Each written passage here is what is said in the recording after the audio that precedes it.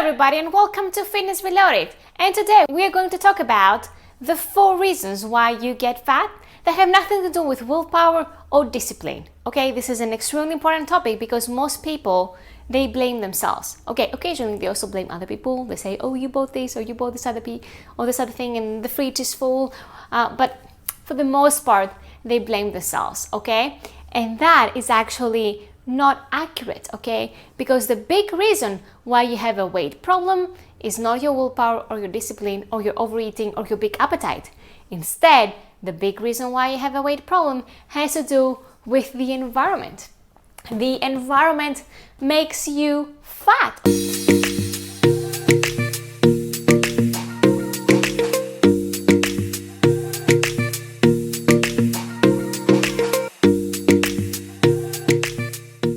So today, I really want to drive this point and I want to help you understand what it is that the environment is doing to you that drives obesity. In fact, I was just going over the stats and I read in the CDC website that 73.6%, I think, of Americans over 20 years old are either overweight or obese, okay? They have either overweight or obesity. Now, it's not because 73.6% have big appetites and they all lack willpower and discipline, okay? It has to do with a specific set of reasons, okay, that drive obesity, okay? So today, we're gonna walk through them, okay? So the first one, number 1, is SAD, the Standard American Diet, okay? The acronym is SAD because indeed, this diet is SAD, okay? The characteristics of the Standard American Diet: not enough vegetables, not enough fruits, definitely not enough fiber. The average American has maybe 12-13 grams of fiber a day. The minimum requirement is 25 grams. People in the blue zones, over 50 grams, okay? Just to give you a sense of scale, okay? Also, the Standard American Diet is higher in sugar, salt, and fat, and meat. Okay, so let me get started by addressing meat. I'm not saying you shouldn't be eating meat, okay? That's not where this is going. I'm just saying that nowadays we're eating more meat than in the past when people were eating more vegetables, fruits, and fiber, okay? Now, this combination here of sugar, salt, and fat is actually a very interesting combination because it has been shown by science that foods that contain a combination of those, even of 2 of these, like, for example, salt and fat. What is salt and fat? Chips. Chips have salt and fat, okay? Or sugar and fat. What is sugar and fat? Donuts, okay? What do those foods do to us? They make us overeat. You have one and you want to have another one. They're actually engineered to drive overeating, okay? And we have a lot of these foods around, okay? So the Standard American Diet has a lower consumption of fruits and vegetables and fiber-rich foods in general, a higher consumption of processed food, and that might end up having a combination of sugar, salt, and fat that also drives overeating, okay? And also higher consumption of meat, okay? So if we were to take you from living in this day and age in, let's say, United States of America, and put you, the exact same person 100 years ago, okay, you would have a different weight, okay, because the environment around you will be completely different. You will be eating different foods, you will be moving differently, which is my second point. We're sedentary, okay? Most of us have office jobs. Many of us have long commutes. Well, nowadays, many of us work from home. The point is, we just sit all day. So if you were to, let's say, wear a pedometer, a step counter, many people will have less than 5,000 steps a day. That's sedentary, okay? To compare, back in the day, when they measured the Mediterranean diet, okay, the average person from Crete, okay? I am from Crete, I grew up in Greece, okay? And the original study, the 7-country study that showed the Mediterranean diet as the best for heart disease, and the specific population that beats all the other populations was in Crete, okay? And those people that were studied were in the age of my grandparents. Back then, you know the average activity a day? 10 kilometers. Now it's like less than 5,000 steps a day. So obviously, if you were to be moving more, because you need to, like, it's not like back in the day people were just going out for a walk. They were moving because that was what life required of them, okay?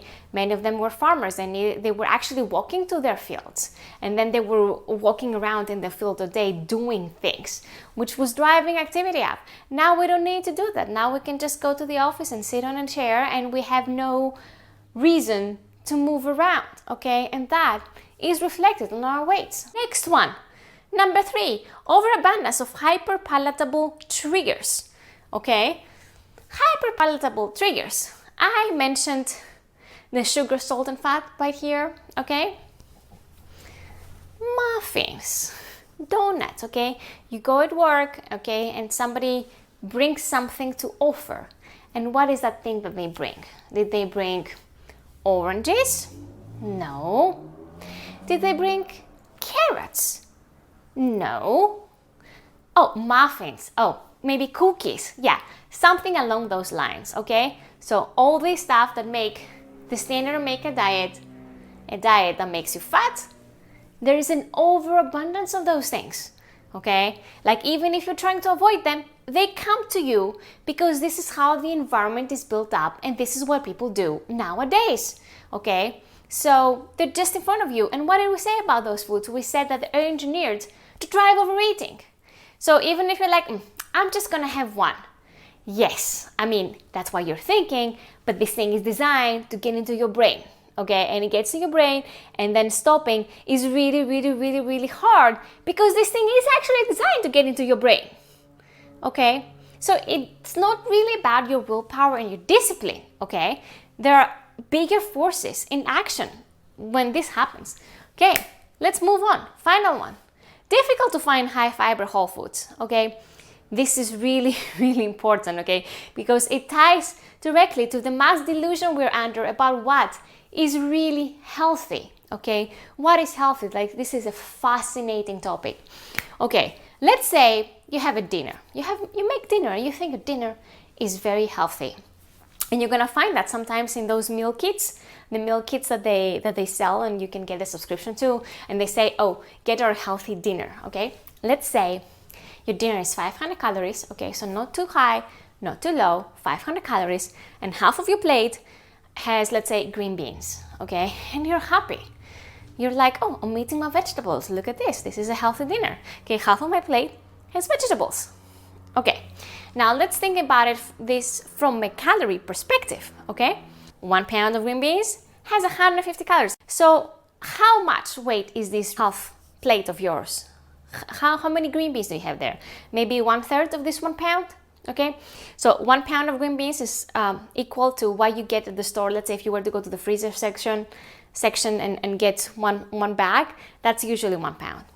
So should we say that you're eating 1/3 of that? Okay, half, okay, at best, but let's say you're eating 1/3 of it, and that takes half of your plate, okay? That would be 50 calories, okay? So you're having a 500 calorie dinner and you put 50 of your calories, so 10% of your calories, you're putting into your vegetables. And you're telling yourself, oh, I'm eating healthy, because you're thinking that half of your food is vegetables. You're thinking half of your food is vegetables, just based on the fact that green beans take so much space. But in reality, how many calories did you really put in? You only put in 10% of your calories, okay? Which is why we're under this mass delusion about what is healthy, okay? People come to me, everybody who comes to me in the Fitness-Related Weight Loss Habits Academy, they all eat a lot worse than what they think they are, okay? Even the people who think they're eating pretty healthy, when they actually start following the goals that I give them, they start going through this process where they realize, okay, now I see. Because people tell you, oh, you should eat vegetables, and then you fill up half of your plate with vegetables, and you think you're doing a good job, and yet you're not. I mean, you're doing better than not including those vegetables, but you're not really doing that well. And it's not really your fault, because there's no good modeling out there, because the environment is built to give you a low fiber diet that makes you hungry, okay? Because high fiber diets keep you full in fewer calories. Low fiber diet makes you want to eat more, okay? Because where do we find high fiber? In fruits, vegetables, legumes, okay? Also whole grains. We're going to find the bulk of your fiber in those other categories, So this is the Mass Delusion. So let's say when people are traveling, when my clients are traveling, I'm telling them, listen, it's gonna be extremely difficult to try to meet your goals. Because every week in the Fitness Reloaded Habits Academy, we have a habit diary and we have specific habits that we track. So tell them, it's very unlikely you're gonna meet your habit goals when you're traveling because you just don't have good options. Like, what are you gonna find? You're gonna find a sandwich. A sandwich is not gonna meet your fiber goal. And I'm picking on the sandwich because many people think that eating a sandwich is healthy. Nope. It's not like it's bad, but it's not like it's good. Okay. Maybe you're gonna find a banana, let's say, or some fruit to buy, or maybe some yogurt with fruit, like let's say when you're at the airport. But when it comes to actually having a healthy meal, it's really tough when you go out, when you order food, because even the dishes that would be geared into being healthy, they have so much fat, okay, because then they add oils or butters that they change the calorie composition of that dish, and you still end up putting in a very small percentage of your calories into the healthy stuff and quite a big percentage into those other calories that don't help you stay full with fewer calories, like the calorie dense stuff, which is the oils and the fats and all of that. Anyway, I was reading that about 5% or 3% of Americans just meet the lowest fiber requirement, which is like the 25 grams. If you were to do calorie investing, which is what we're doing here at Fitness Reloaded, you would totally be in the top 3%. And you will not just be eating the minimum requirement, you will actually be eating well.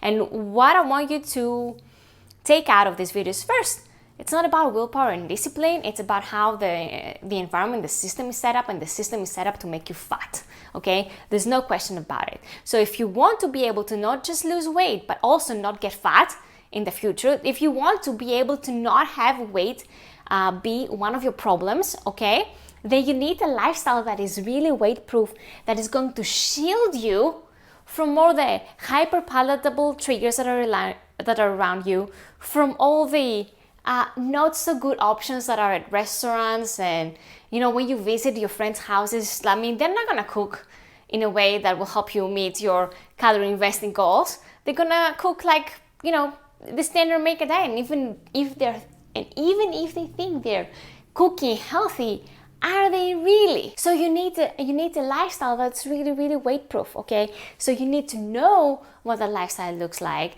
and then you need to create it in your life so that you don't have weight be one of your problems in your life, okay? Because what many people do, not many, because most people never succeed with weight loss, okay? Let's be honest about that. But even the people who manage to succeed, even the people who don't just succeed but manage to not gain the weight back, okay, so we're talking about a tiny percentage of people. Most of these tiny percentage of people, they end up like having, let's say you go out to drink coffee with them, they drink a little bit of black coffee, and they're gonna have like one bite of a cookie. They're gonna be really careful with restriction so that they don't gain weight, okay? This is not a way to live. Like, in my opinion, this is not a way to live, okay? It's so restrictive. So with calorie investing, you don't have to worry, okay? With calorie investing, you don't have to worry. You can go to the coffee shop and you can eat even the not so good stuff, no problem. Your lifestyle is gonna be so weight proof that you can afford to overeat, you can afford to indulge in different things that the environment throws at you. And we discuss how that happens in the academy. So if you have not yet signed up, please go sign up. So I want you to keep that in mind. Mass Delusion, it's very likely you're still under the Mass Delusion, and come on over to Fitness Reloaded so we can burst that bubble and show you what it means to live healthy, to eat healthy, and also what that would look like for you specifically. Because eating healthy doesn't look the same for each individual. So every person makes a completely personalized plan that matches what they want in their lives, okay? What they want and how they want to live. So if you haven't yet done that, come sign up. Thank you for watching this video, and if you're watching this on YouTube, please go and subscribe if you haven't yet done that, and click that bell so you get notifications, and I'm gonna see you again next time. Goodbye.